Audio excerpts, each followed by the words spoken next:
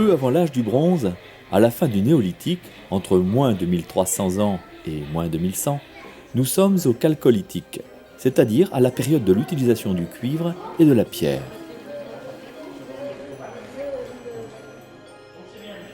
Des populations de pasteurs, venues du Caucase, où apparaît la première métallurgie du cuivre vers le 4e millénaire avant notre ère, vont essaimer dans toute l'Europe et jusqu'en Afrique du Nord.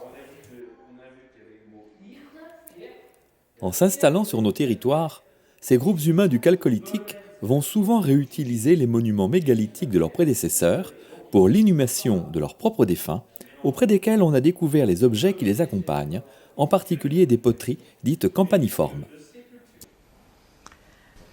Alors en 2600 avant Jésus-Christ, on constate l'apparition d'une céramique à la forme particulière, en forme de cloche renversée, campana en latin, qui a donné son nom à un groupement culturel qu'on appelle le campaniforme, donc qui est à une période de jonction entre le néolithique et l'âge du bronze.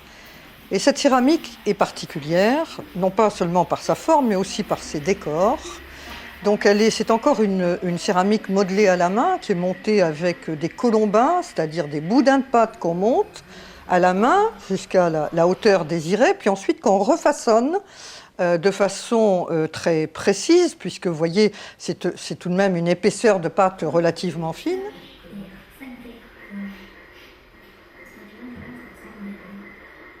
La pâte est relativement fine sur ce vase, avec un bord évasé qui est d'une forme tout à fait élégante, et ce décor de lignes superposées, assez répétitive, il faut bien le dire, mais tout de même traité de façon très très fine, avec des cordelettes en chanvre, très certainement.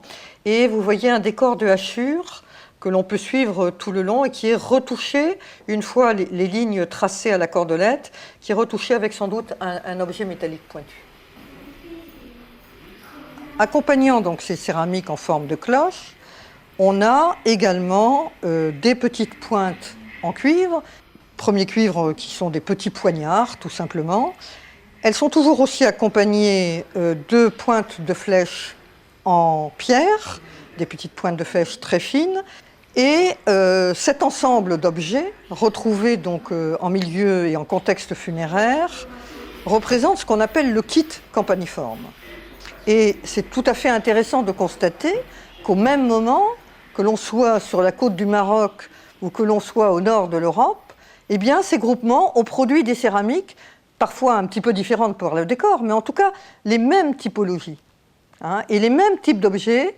Et autre phénomène qui est assez intéressant, c'est qu'ils ont quelquefois des sépultures individuelles, mais en règle générale, ils ont plutôt réutilisé des tumulus anciens, c'est-à-dire qu'ils se réinstallent dans des tombes plus anciennes.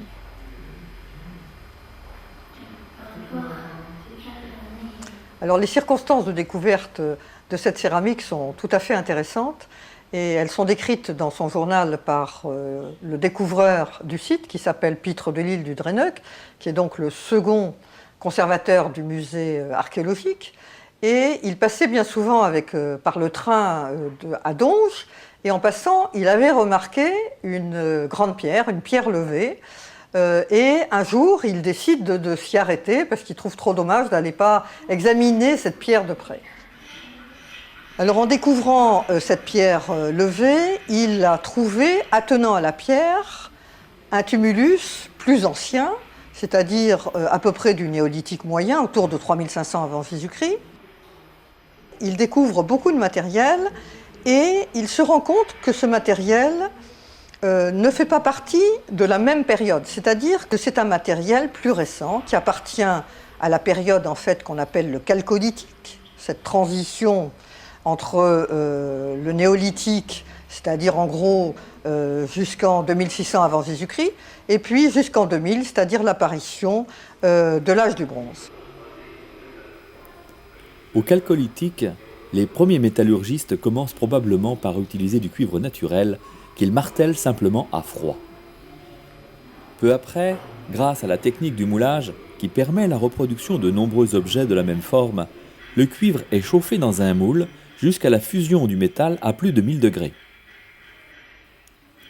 Plus tard, on ajoute au cuivre 10% d'étain et on obtiendra alors du bronze.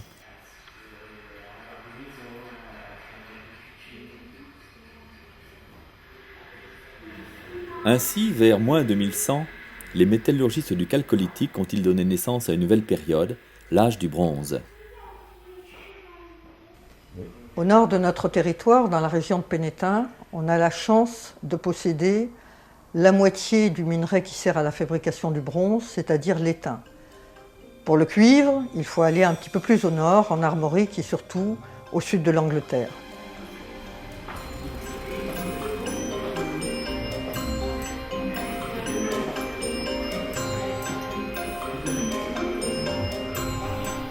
Avec ce nouveau métal qui est le bronze, on va fabriquer deux types d'objets. Des armes, tout d'abord, pour se défendre, et également des outils. Parmi ces outils, on trouve les haches, mais aussi les rasoirs, les gouges, les marteaux, des modèles d'outils que l'on utilise encore aujourd'hui.